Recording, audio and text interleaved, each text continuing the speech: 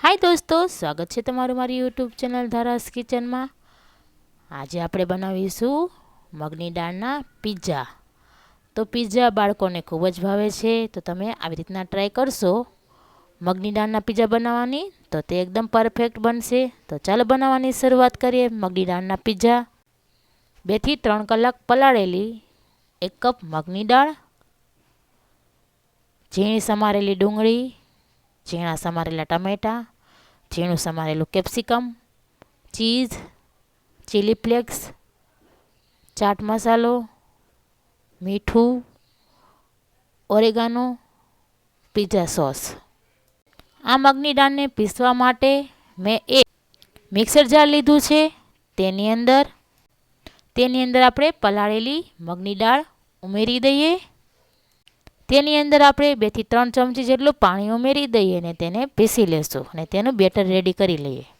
તો દોસ્તો, તમે જોઈ શકો છો મગની દાળના પિઝા બનાવવા માટેનું બેટર રેડી છે। આવી રીતના આપણે સ્મૂથ બેટર બનાવી આ બેટરને આપણે એક બાઉલમાં કાઢી લઈએ। તો આ બેટરની અંદર સ્વાદ પ્રમાણે મીઠું ઉમેરી દઈએ। હવે તેને હલાવીને બરાબર મિક્સ કરી લેશું।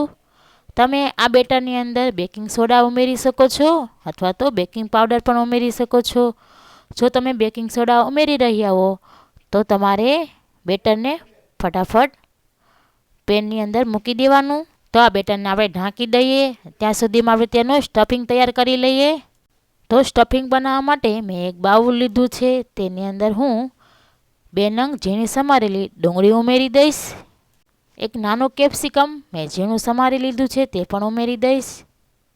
તો ટમેટાની અંદરથી મેં બિયા કાઢી લીધા છે અને તેને મેં ઝીણા સમારી લીધા છે, તે પણ હું ઉમેરી દઈશ। તો તમે પિઝા સ્ટફિંગની અંદર બાફેલી મકાઈના દાણા પણ ઉમેરી શકો છો। હવે સ્વાદ પ્રમાણે મીઠું ઉમેરી દઈએ, અડધી ચમચી ચાટ મસાલો ઉમેરી દઈએ। તો બધું જ આપણે બરાબર મિક્સ કરી લઈશું। તો આપણું પિઝા માટેનું સ્ટફિંગ રેડી છે, તમે જોઈ શકો છો। તો હવે પિઝા બનાવવા માટે મેં એક ઢોસા પેન લીધું છે, તેને મેં ગરમ કરી લીધું છે। હવે તેની ઉપર હું બ્રશની મદદથી થોડું તેલ લગાવી લઈશ, જેથી કરીને બેટર મૂકીએ તો તે ચોટે નહીં। તો ઢોસા પેનને મેં તેલ લગાવી લીધું છે। હવે આપણે થોડું થોડું કરીને બેટર મૂકી દઈએ। તો હું અહીં એક ઢોસા પેનની અંદર 3 એવા નાના મિની પિઝા બનાવી રહી છું। તમે મોટા પણ બનાવી શકો છો। આવી રીતના આપણે બેટરને જાડું પાથરી દઈશું, એકદમ પતલું નથી પાથરવાનું આપણે। હવે તેને આપણે મીડિયમ ફ્લેમ ઉપર એક સાઈડ ચડવા દઈશું। એક સાઈડ ચડી જાય પછી તેને બીજી સાઈડ આપણે ફેરવી લઈશું। તેની ફરતે આપણે થોડું તેલ મૂકી દઈએ। તો એક સાઈડ પિઝા આપણા ચડી ગયા છે, બીજી સાઈડ તેને ફેરવી લઈશું, બીજી સાઈડ તેને ચડવા દઈશું। હવે તેની ફરતે આપણે થોડું તેલ લગાવી લઈએ એટલે બીજી સાઈડ પણ તે બરાબર ચડી જાય। ગેસની ફ્લેમને આપણે મીડિયમ રાખીશું। તો આ પિઝાની ઉપર આપણે પિઝા સોસ લીધો છે, તે આપણે લગાવી લઈએ।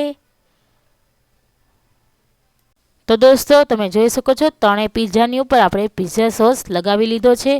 હવે તેની ઉપર આપણે જે બનાવેલું સ્ટફિંગ હતું તે મૂકી દઈએ। થોડું થોડું કરીને આપણે મૂકી દઈશું અને પિઝાની ઉપર આપણે પાથરી દઈશું। તો 3 પિઝાની ઉપર આપણે સ્ટફિંગ મૂકી દીધું છે। તેની ઉપર આપણે થોડો ચીલી ફ્લેક્સ સ્પ્રિંકલ કરી દઈએ, ઓરેગાનો સ્પ્રિંકલ કરી દઈએ। હવે આ પિઝા સ્ટફિંગની ઉપર આપણે ચીઝને ખમણીને લગાવી લઈશું। તો બધા પિઝાની ઉપર આપણે ચીઝને ખમણીને લગાવી લઈએ। તો 3ની ઉપર આપણે ચીઝ પણ લગાવી લીધું છે। તેની ઉપર આપણે થોડો થોડો ચીલી ફ્લેક્સ સ્પ્રિંકલ કરી દઈએ, તેની સાથે ઓરેગાનો સ્પ્રિંકલ કરી દઈએ અને ચપટી આપણે ચાટ મસાલો પણ સ્પ્રિંકલ કરી દઈશું। ચીઝ આપણે લગાવી લીધું છે એટલે આ ચીઝને આપણે થોડી વાર માટે મેલ્ટ થવા દઈશું, એટલે ચીઝ બરાબર ઓગળી જાય। તો દોસ્તો, તમે જોઈ શકો છો ચીઝ બરાબર મેલ્ટ થઈ ગયું છે। તો આપણા મગની દાળના પિઝા તૈયાર છે, તમે જોઈ શકો છો। તેને આપણે એક પ્લેટમાં કાઢી લઈએ. તો દોસ્તો, તમને મારી રેસીપી કેવી લાગી તો મને કોમેન્ટ કરીને જણાવજો. ને આવી રીતના મગની દાળના પિઝા તમે ઘરે જરૂરથી ટ્રાય કરો. તો દોસ્તો, તમે મારા વિડીયોને લાઈક કરજો, વધુમાં વધુ શેર કરજો, મારી યુટ્યુબ ચેનલને સબસ્ક્રાઈબ કરજો, બાજુમાં પેલું બેલ આઇકન બટન પ્રેસ કરો, જેથી કરીને મારા વિડીયોનું નોટિફિકેશન સૌથી પહેલાં તમને મળે. હવે આપણે મળીએ આવી જ બીજી રેસીપી સાથે નેક્સ્ટ વિડીયોમાં. તો ત્યાં સુધી બાય દોસ્તો.